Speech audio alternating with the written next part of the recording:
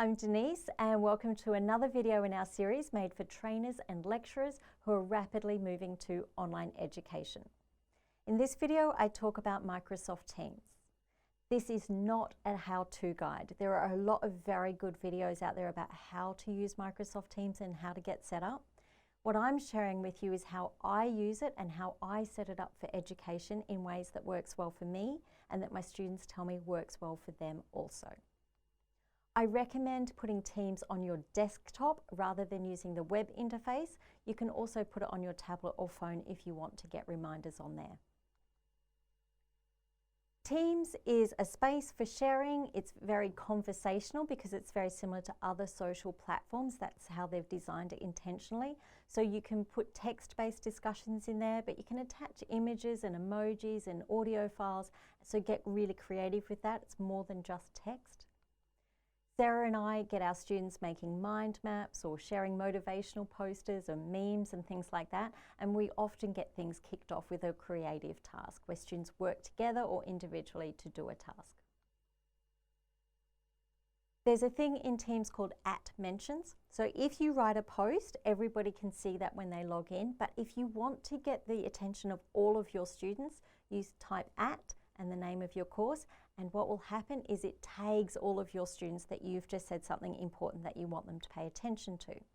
If I'm replying to a particular student, I use an @mention. So if I'm replying to Sarah, my colleague, I start typing Sarah, and that will let her know that I've replied specifically to her. If it's in the open area, everyone can still see it, but she knows that I've answered her. So use @mentions, but be careful with them. You don't want to overuse them for the whole class. The next tip is channels. If you've used discussion-based platforms before, you might be used to terms like threads or topics.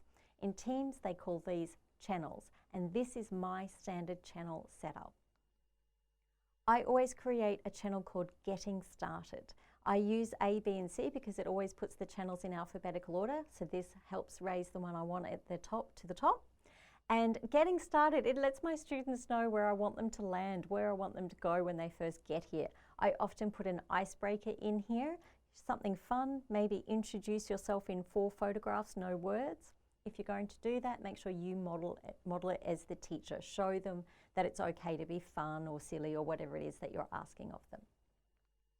I like to then include a student hangout space. I never go in here unless they ask me to. This is their space, their control, and I encourage them at the moment, especially to do live study groups. Live study groups and social interactions really important in online education, so make that space their hangout space. I then have a channel, especially for assessment Q&A. So again, as students are looking back when they're working on their assignment, they can see all the questions and answers.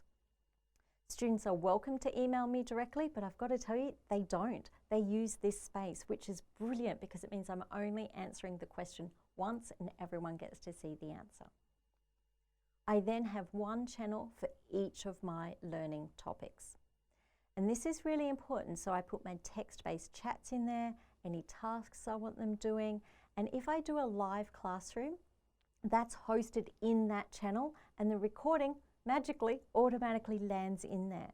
So everything I've had to do with that topic is in that one space, which really helps your students when they're doing revision. It helps also a student if they're running a little bit behind. They're not getting bogged down in the chatter about the next topic when they're still reviewing that one. So they go into the topic when they're ready to review it. There are a lot of add-ons you can do with Microsoft Teams. So you may not have noticed because it's really small. At the very top of your screen, right-hand side within a channel, you'll see this little plus button.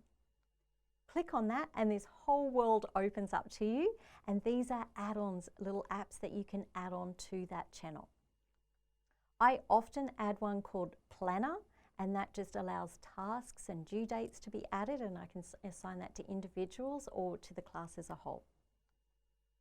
With group assignments, I encourage my students to set up their own team. Not a channel within our class, but their own team. They only take 10 seconds to set up a new team, and the students love doing it. What's great for group assignments, they share their files and do all of their chatter in there. I encourage them very, very strongly to put Planner in there. so that when students sit down in their virtual group to set who's going to do what, they're assigning those tasks with due dates and who's going to do what. That transparent commitment has really, really helped with group team assignments. What's great is they get reminders on their phone or on their desktop that they have a late task, and there's a real great visual dashboard of how many tasks are yet to be completed or are overdue. Now, I don't look in those, they don't include me unless there's a problem, and if there is, at least everything's transparent.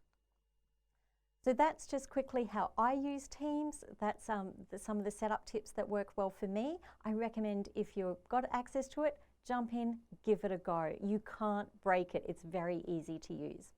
As always, visit us online at teachingonline.com.au for other videos. Thanks for joining in.